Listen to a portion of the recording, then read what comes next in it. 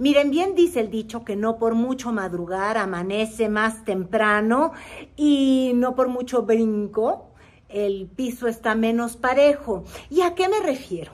Pues a este tema de ficción que tiene alándose las vestiduras a la comentocracia en pleno, a los partidos políticos y al que se deje. De hecho, incluso al presidente López Obrador, con todo y secretaria de Gobernación, en mañanera.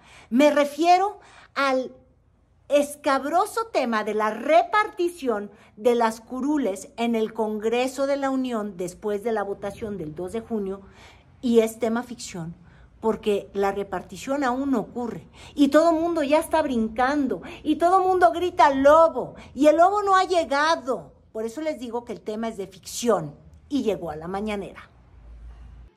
El artículo 54 de nuestra Constitución regula cuál va a ser la distribución de los plurinominales. Y con esta distribución regula también lo que se ha llamado la sobrerepresentación. Y hay dos reglas muy importantes que establece nuestra Constitución. Y como el tema está en la fantasía de lo que cree un ala de la intelectualidad que pueda ocurrir y de lo que quisieran que ocurra, pues hay que empezar primero por los datos. En política todos quieren jalar agua para su molino, y aquí, pues obviamente, desde los Aguilares Camines, como llegó a acusar el presidente López Obrador, pero pasando por Ciro Murayama, quien es el primero que empieza la construcción de esta, que yo no voy a llamar mentira, pero sí de esta fantasía, donde dicen, cuidado, ahí viene el lobo, nos van a querer robar una mayoría sobre representándose y no lo podemos permitir, y tenemos que provocar que como coalición, es decir, Partido Morena, Partido Verde y Partido del Trabajo solamente alcancen una sobrerepresentación del 8%, pero ellos en su conjunto y no partido por partido. Y pues fíjense ustedes que esto es lo que trae a todo mundo jalándose las greñas, porque, claro, Morena, ¿qué es lo que quiere? Que le cuenten a ella, bueno, o al movimiento, pues, los votos que obtuvieron más una posibilidad de 8% sin que rebasen 300 diputados. Lo mismo el PT en su individualidad y lo mismo el Partido Verde en su individualidad. Y así lograr una, como ustedes pueden ver en el gráfico que compartió además la secretaria de Gobernación, Luisa María Alcalde, tener entonces así esta mayoría, y esta mayoría para poder reformar incluso la Constitución, porque estaríamos hablando de más de 350 diputados entre todos. ¿Por qué? Porque en el nivel de votación, como ustedes pueden ver, pues cada uno tuvo unos diputados de mayoría, no de mayoría relativa, sino que ganaron en el voto directo.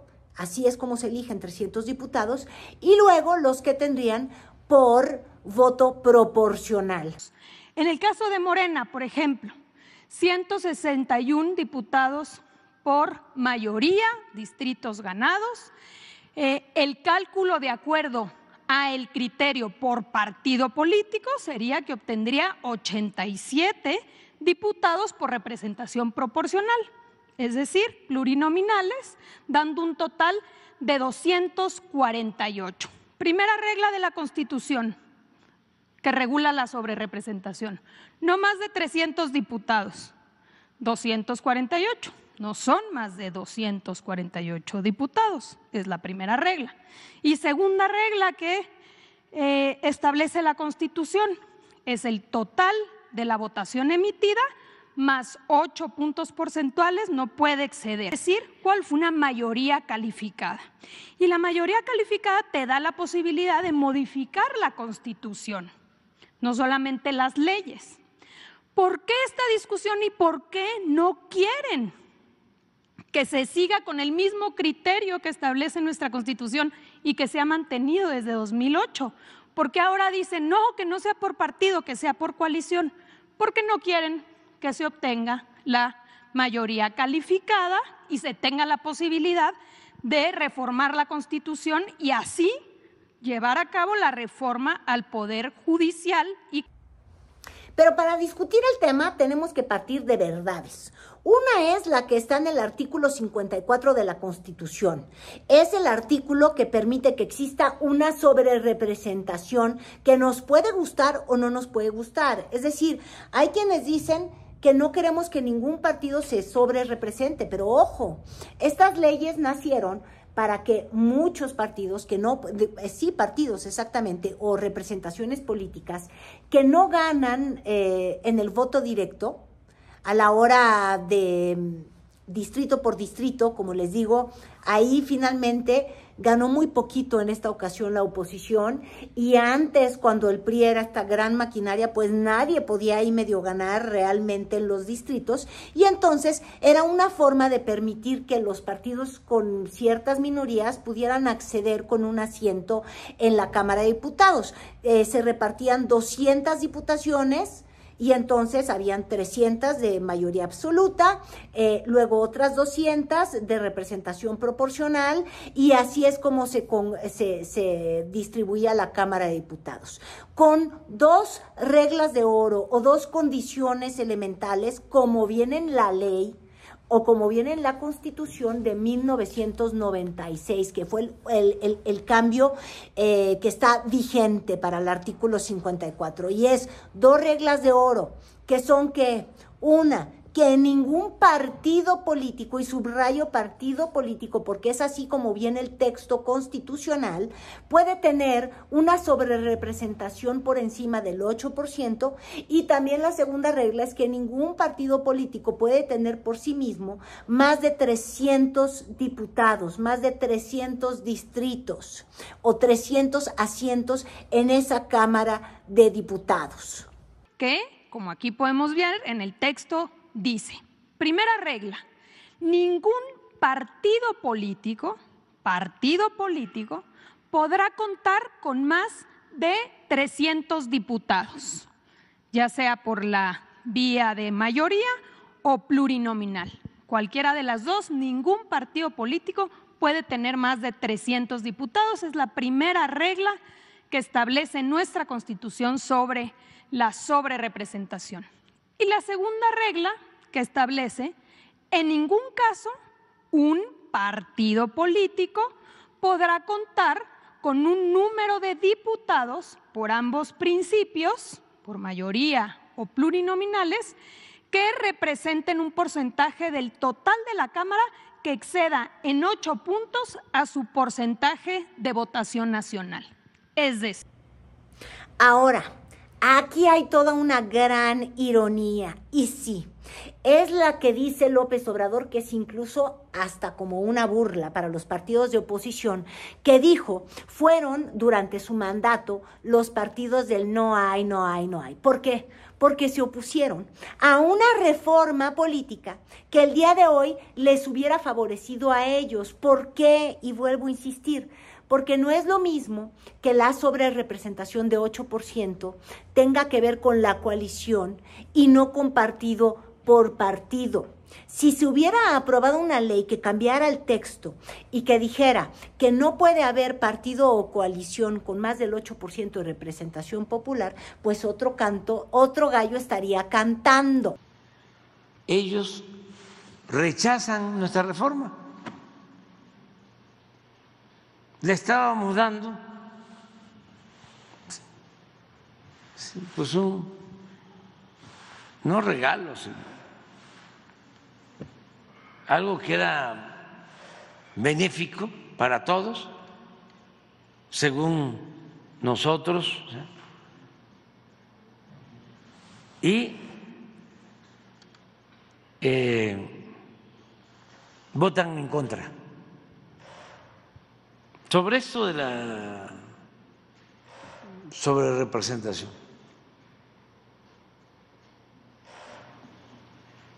en el plan A iba.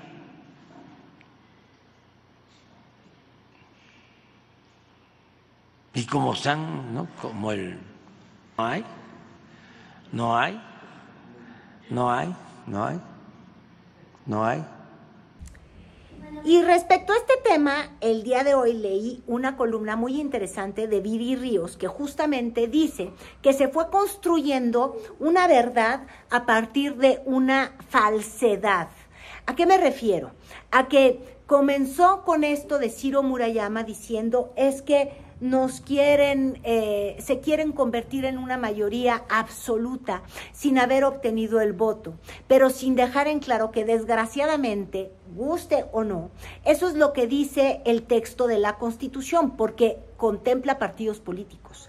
Ahora, ¿a qué es lo que se le está jugando o a qué se apuesta a la hora de que salen los Ciros Murayamas y luego Luis Carlos Ugalde o luego también el propio Lorenzo Córdoba, que además son personas que entienden cómo han aplicado ese artículo de la Constitución que data de 1996? Y es que quieren que interpreten que partido significa coalición y no como en el 98, que se quitó eso del texto y lo quitó, adivine quién.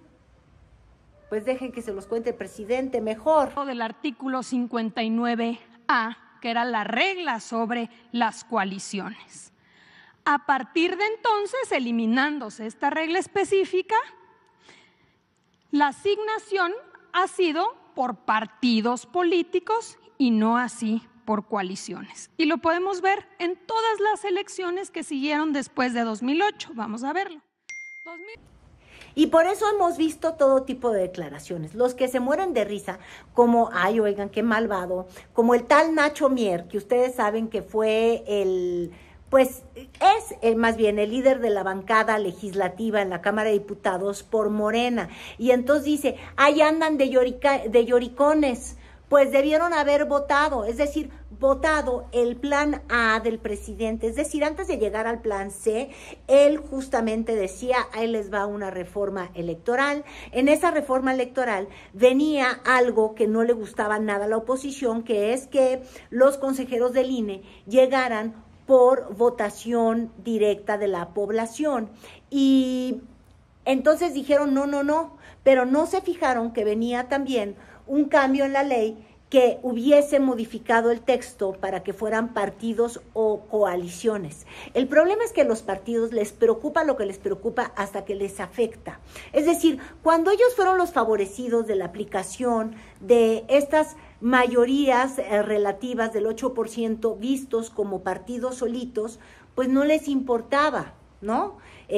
Podríamos estar hablando del 2012.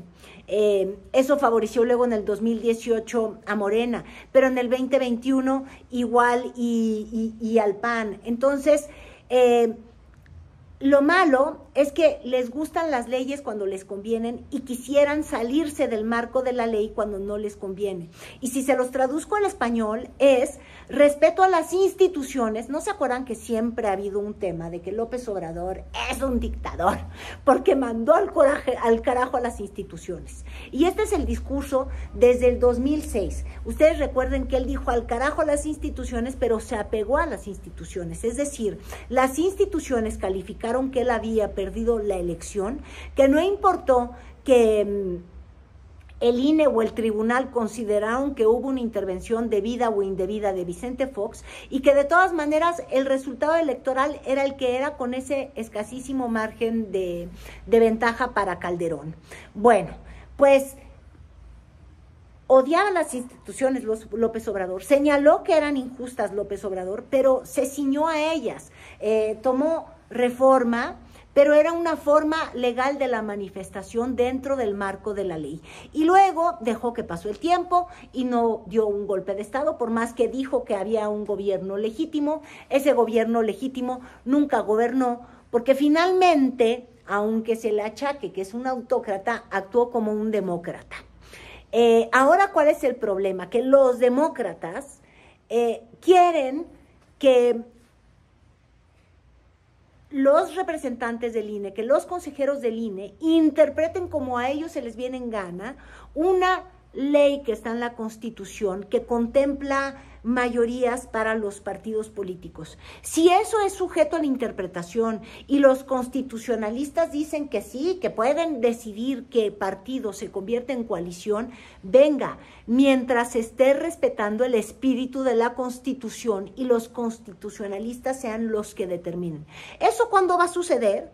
Pues cuando los consejeros del INE decidan hacer esta distribución, no antes, sino después. Pero estamos enfrascados en esta disputa. ¿Por qué?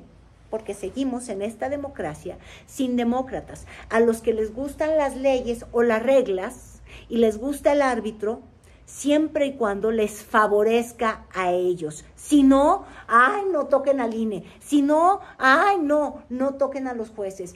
Y si sí no les va a ayudar, ¡ay, no! Toquen las reglas. ¡Ay, no! Toquen al INE, toquen a los consejeros, toquen al árbitro. En fin, ¿dónde estamos parados? Pues yo se los voy a decir con toda claridad. En el oportunismo político de siempre. Porque esto es un péndulo. Me gusta si estoy arriba, me disgusta si estoy abajo. Y no importa de qué partido estemos hablando, siempre todo es a conveniencia. Pero ojo, las reglas son las reglas y esas solamente se cambian y se cambian en el Congreso y no a conveniencia.